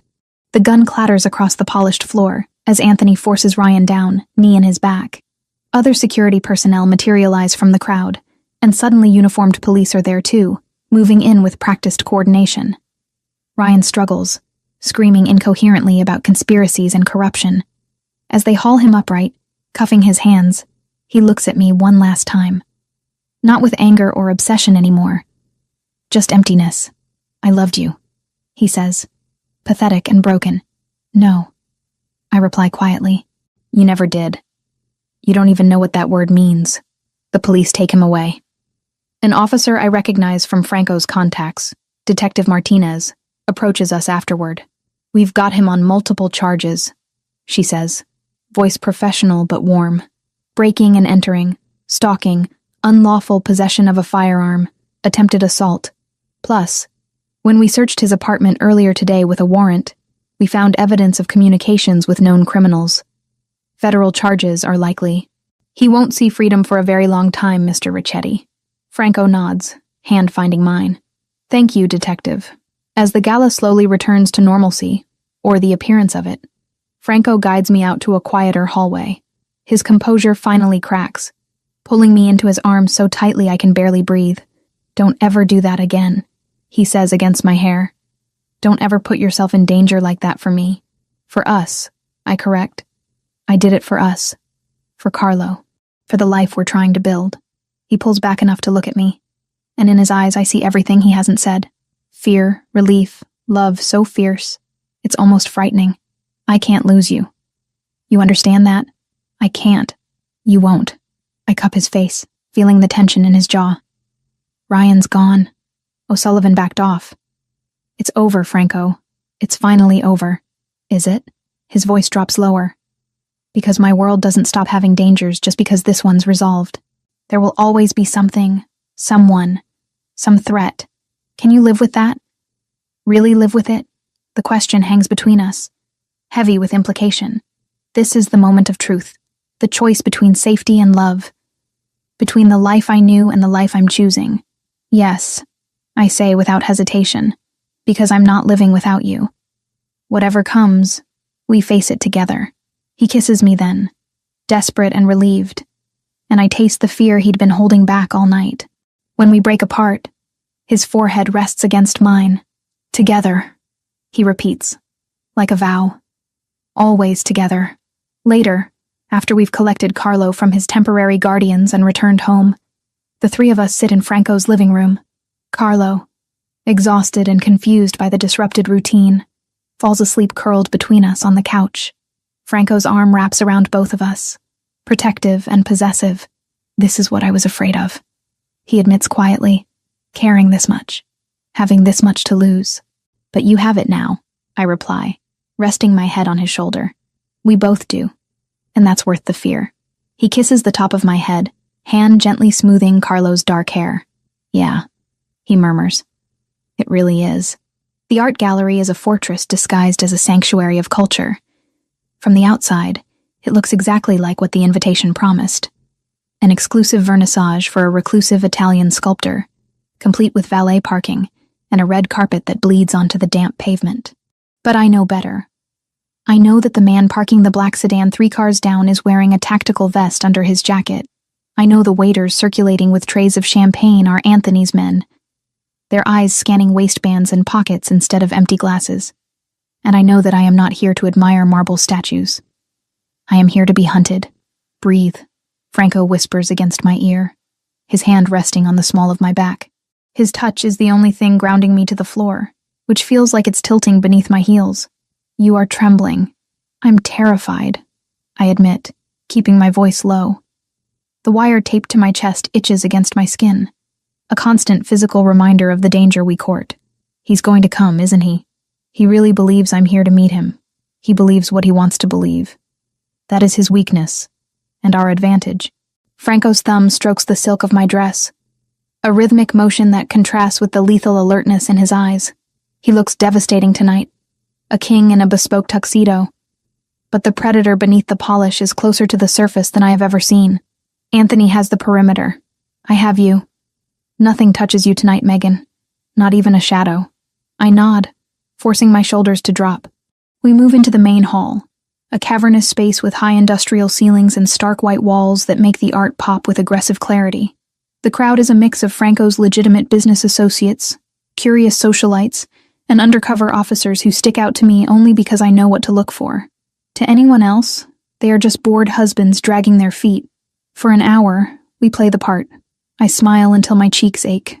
I translate pleasantries for an elderly Italian investor who pretends not to speak English. I sip sparkling water that pretends to be Prosecco. But every time the heavy glass doors at the entrance swing open, my heart hammers against my ribs like a trapped bird. Then, the shift happens. It's subtle. A ripple in the energy of the room. Anthony, standing near a sculpture of a twisted torso, touches his earpiece. He doesn't look at us, but his posture stiffens. He's here, Franco says softly. He doesn't need an earpiece to know. His instincts are tuned to a frequency of danger I am only just beginning to hear. North entrance. He bypassed the valet. Is he armed? We have to assume yes. Remember the plan, Megan. Do not engage until he commits. We need the threat to be undeniable for the warrant to stick. I swallow the lump of acid in my throat and separate from Franco. This is the hardest part. To be the bait, I have to be alone. I walk towards the quieter section of the gallery, a narrow corridor displaying smaller busts. My heels click on the polished concrete, counting down the seconds. The air here is cooler, the noise of the party fading into a distant hum. I stop in front of a piece called The Fall. It's fitting. Megan. The voice is ragged, familiar in a way that makes my skin crawl. I turn slowly, fighting the urge to run, forcing myself to stay in the spotlight of the track lighting. Ryan stands 10 feet away. He looks nothing like the man I dated briefly in college, nothing like the polished professional he pretended to be. He looks eroded. His clothes are disheveled, a jacket that's too big for him, and his eyes are wide, darting frantically around the empty corridor before locking onto me with a terrifying intensity. You came, he breathes, stepping closer. A smile twists his face, but it doesn't reach those feverish eyes. I knew you would. I knew you'd understand eventually. Ryan, I say, my voice steady despite the adrenaline flooding my system. You need to leave. You can't be here. No, you don't get it. He shakes his head, a violent motion. I'm here to save you. That man, Ricchetti, he's poisoning you, Megan. He's a criminal. A monster. I've seen the files. I know what he is. He's the man protecting me from you. I counter, stepping back as he advances. Every step he takes is being recorded. Every word is being transmitted to the team waiting in the wings. You broke into my house, Ryan. You threatened my sister. You tried to get to a 6-year-old child. That's not love. That's sickness. His face contorts, the smile vanishing into a snarl of rage. I did what I had to do. To wake you up. You think you have a choice? You think he loves you? He owns you. I'm the only one who sees you, Megan. The real you. He's close now. Too close. I can smell the stale sweat and desperation on him. He reaches into his jacket pocket, and time seems to liquefy, slowing down to an agonizing crawl. I see the glint of metal. Come with me, he commands, his voice rising to a shout. He pulls the gun, a small black pistol that shakes in his grip. Now! Or I swear to God, I'll make sure no one else can have you. Drop the weapon. The command booms from everywhere and nowhere. Ryan flinches, spinning around. But it's too late. The trap snaps shut. Franco steps out from behind a partition, his movement fluid and silent. He has a gun trained on Ryan, steady as stone. Simultaneously, Anthony and 3 other men materialize from the shadows of the gallery, blocking every exit. They don't shout. They don't panic. They are professionals dismantling an amateur. It's over, Bennett, Franco says, his tone conversational, almost bored, which is more terrifying than any scream. Put it down before you make a mistake you won't live to regret. Ryan looks wild, cornered. He swings the gun back toward me, his hand trembling violently. Stay back. I'll kill her. I'll do it. I don't move. I stare at him, refusing to give him the satisfaction of my fear. You've already lost, Ryan. Look around you. You betrayed me, he screams, tears streaking down his flushed face. I did everything for you. I took the money from O'Sullivan for you, to get us away. You sold me to my enemies, I say, the realization making me cold. That's not saving me. That's trading me. Drop the gun. Franco takes a step forward. The threat in his voice is absolute. Ryan sobs, a broken, pathetic sound. And for a second, I think he's going to fire. I see his finger tighten on the trigger. But Anthony is faster. He moves with a speed that blurs the air, striking Ryan's wrist with a baton I didn't even see him draw. The crack of bone is audible. Ryan screams, the gun clattering across the floor, sliding harmlessly toward the wall. Before he can draw a breath, he is face down on the concrete, Anthony's knee pressed into his spine, hands wrenched behind his back. Clear, Anthony barks. The gallery doors burst open, not with guests, but with uniformed police officers. Detective Martinez is at the front, her badge catching the gallery lights. They swarm the corridor, a sea of blue uniforms taking custody of the broken man on the floor. I lean back against the wall, my legs suddenly turning to water. The adrenaline is crashing, leaving me hollow and shaking. Franco is there instantly. He holsters his weapon and pulls me into him, shielding me from the sight of Ryan being hauled to his feet. His arms are a vice, holding me together when I feel like I might shatter. I've got you, he murmurs into my hair. I've got you. Look at me. I look up. His eyes are dark, searching mine for damage. Is it over? I ask, my voice barely a whisper. Yes. He turns me slightly so I can see. Ryan is being read his rights. He looks at us as he's dragged away. But the fire is gone from his eyes. He looks small, defeated. The monster under the bed turned out to be just a sad, dangerous man, with delusions of grandeur. The O'Sullivans, I ask. They've already disavowed him, Franco says grimly. I received confirmation 10 minutes ago. They released a statement claiming no knowledge of his actions. They're cutting a rotting limb to save the body. Ryan is alone. He'll go to federal prison for a very long time. I watch until the doors close behind the police. The gallery is quiet again, save for the low murmur of the security team clearing the scene. I don't feel triumph. I don't feel happy. I just feel heavy. The weight of the last month, the fear, the looking over my shoulder. It's gone, leaving a vacuum that aches. Let's go home, Franco says. He doesn't ask if I want to stay for the police report. He knows I'm done. The ride back to the apartment is silent. Anthony drives, his eyes constantly checking the mirrors, old habits dying hard. I sit in the back with Franco, my head resting on his shoulder, his hand encompassing mine. The city lights blur past, streaks of neon and gold in the rain. When we get inside, the silence of the apartment feels different. It's no longer a fortress. It's just a home again. But the air is thick with things unsaid. I kick off my heels and walk to the large window overlooking the skyline. My reflection in the glass looks ghostly. Pale, eyes wide, red dress like a wound. Franco comes up behind me. He's taken off his jacket and holster, discarding the armor of the night. He wraps his arms around my waist, pulling me back against his chest. We stand there for a long time, watching the city breathe. "You were brave," he says finally. The vibration of his voice travels through my back. Braver than anyone I know, but I hated every second of it. "I had to do it," I reply, turning in his arms to face him. I couldn't live waiting for the other shoe to drop. We needed to end it. We did. He reaches up, tracing the line of my jaw with his knuckles. But it came close. Too close. When he pointed that gun at you, his mask cracks, just for a fraction of a second, revealing a depth of terror that stops my heart. If I had been a second slower. If Anthony hadn't moved. But you weren't. And he did. I cover his hand with mine. We trusted the plan. We trusted each other. Trust. He repeats the word like it's foreign. In my world, trust is usually what gets you killed. With you, it's the only thing keeping me alive. He leans his forehead against mine. The intimacy of the moment is overwhelming. The adrenaline has faded into exhaustion. But beneath that, there is a simmering heat. We survived. We walked through the fire and came out the other side, scarred but standing. What happens now? I ask.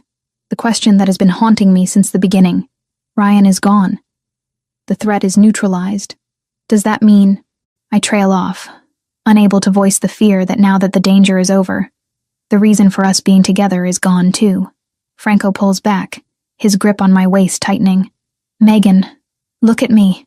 I meet his gaze. It's fierce, possessive, stripped of all pretense. "You think this ends because the threat is gone?" He shakes his head slowly. "You walked into a gunfight for me. You put your life in my hands. You are not a guest here anymore. You are not a client.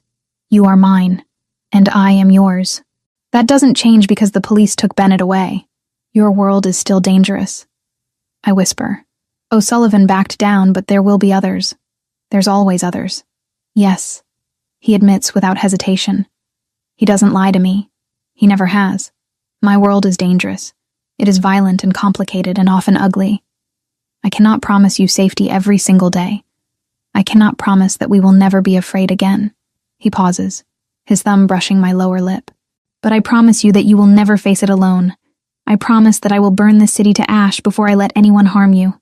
And I promise that if you stay, if you choose this, I will spend every day making sure you don't regret it.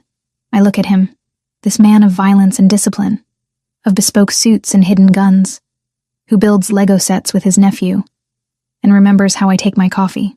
I think about the safety of my old life, the predictability of it. It seems colorless now, distant.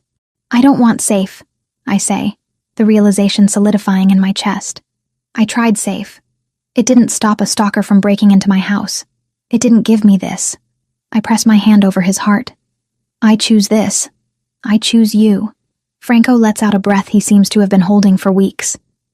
He kisses me then, not with the desperate urgency of the balcony, but with a slow, claiming deepness. It's a seal. A contract signed not in blood, but in breath. Then we start. He murmurs against my mouth. Tomorrow, we bring Carlo home. We tell him he can go back to school. We have dinner. We live. We live. I echo. Outside, the rain begins to fall again, washing the streets clean. Inside, the lights are warm. The gun is locked away. The nightmare is over. But as I stand there in the arms of the mafia boss who saved me, I know that the real story, our story, is just beginning. It won't be easy. It won't be simple. But for the first time in my life, I'm not looking for the exit. I'm exactly where I'm supposed to be. 2 months have passed since the gallery, and I still wake up some mornings waiting for the adrenaline to hit. But today, the only thing racing is my heart as I unlock the door to my own apartment. The scent of fresh paint and lemon cleaner greets me, a sharp, clean smell that has replaced the lingering memory of fear. Franco stands behind me, holding the last box of my books. He doesn't step inside immediately, respecting the boundary of this moment. This is my reclaiming. My territory, restored. It looks different, I say, walking into the living room. The walls are a warmer shade of cream, the furniture rearranged to catch the morning light better. New security system, Franco points out, nodding toward a discreet panel by the door. Reinforced locks, shatterproof glass on the balcony doors. Subtle, but impenetrable. Thank you, I murmur, running a hand over the back of my sofa. It feels solid. Real. You don't have to stay here tonight, he reminds me, his voice low. My place is, well, it's quiet without you. I turn to face him. He looks out of place in my modest living room. Too tall, too expensive, too dangerous for this world of IKEA furniture and throw pillows. Yet looking at him, I don't see the mafia boss who commands armies. I see the man who spent last Tuesday helping me decipher a particularly tricky translation of a 17th century Venetian contract. I know, I say, stepping closer until I can rest my hands on his chest, but I need to know I can. I need to know this part of my life still fits. And does it? I think so. But maybe it needs a little adjusting. I smile, rising on tiptoes to kiss him. I'll come over for dinner tomorrow. Carlo promised to show me his new school project. He relaxes, the tension I hadn't realized he was holding draining from his shoulders. He asks about you every morning. Is Megan coming? Did you call Megan? It's relentless. He's a good kid. We're lucky. The we hangs in the air, comfortable and promising. Life settles into a rhythm that is both strange and wonderful. Jessica and Lauren adjust to this new version of my life with the same blunt affection they've always had. Trading the panicked daily check-in texts for memes about overprotective men and screenshots of apartment listings I'm never actually going to move into now.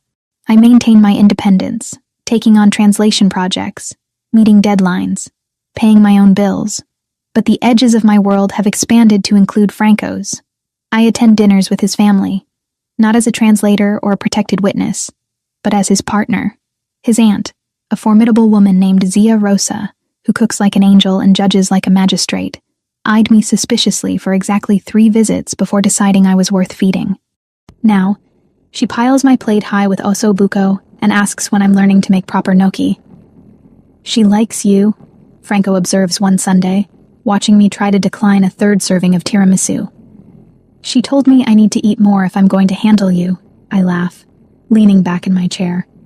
Apparently you're molto impegnativo, very demanding. Is that so? He grins, stealing a bite of my dessert. I think I've been very patient. Saint-like, I agree dryly. But beneath the domesticity, the reality of his world remains. I see it in the way Anthony scans every room we enter before nodding us forward. I hear it in the late-night phone calls Franco takes in his study, his voice dropping to that cold, authoritative tone that still sends a shiver down my spine. He keeps his promise, though. He never hides it. If there's a threat, I know. If there's a conflict, he explains the stakes. Transparency is our compromise. Sarah visits again in October, bringing Marcus. This time there's no tension, only curiosity. We meet for brunch at a bistro in the Seaport District. Neutral ground, bright and airy. You look settled, Sarah says, studying me over her mimosa. Different. Stronger. I feel stronger, I admit. It's not the life I imagined, Sarah. It's complicated, but it's mine. And him? She glances at Franco, who is deep in conversation with Marcus about structural renovations on a historic building. He treats you well? Better than anyone ever has. He sees me. Not just the version of me that's easy to handle, but the messy, stubborn parts too. Sarah nods, satisfied. Then I'm happy. Worried because I'm your big sister and it's my job, but happy. 2 weeks later, Franco picks me up from a client meeting. The car isn't the usual armored SUV, but a sleek vintage convertible he rarely drives. The top is down, the autumn air crisp and smelling of fallen leaves. Where are we going? I ask as he heads out of the city, away from our usual haunts. Somewhere quiet. I need to ask you something, and I don't want an audience. My heart skips a beat, but I nod. We drive north, the skyline fading into the rearview mirror, replaced by the winding roads of the coast. He stops at a cliffside overlook, the ocean churning gray and wild below us. Franco cuts the engine but doesn't get out. He turns in his seat, watching me with an intensity that makes the air in the car feel heavy. 2 months ago, I thought I had to let you go to keep you safe. He begins, his voice steady but raw. I thought that once the threat was gone, you'd want your old life back. A safe life. A normal life. Franco, let me finish. He takes my hand, his thumb tracing the veins of my wrist. I was wrong. You didn't just survive this world, Megan. You faced it. You looked at the ugliest parts of my life and you didn't run.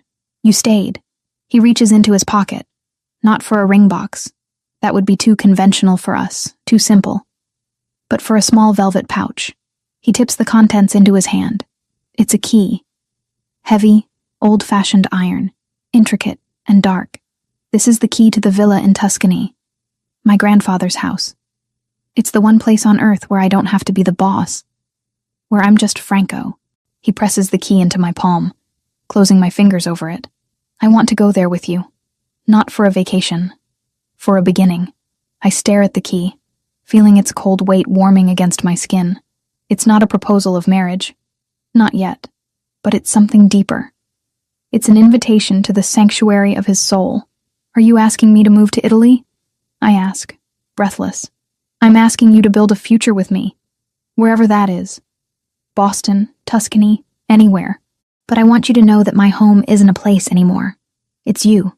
Tears prick my eyes. Hot and sudden. I'm not going anywhere, Franco. I told you. I choose this. I choose you.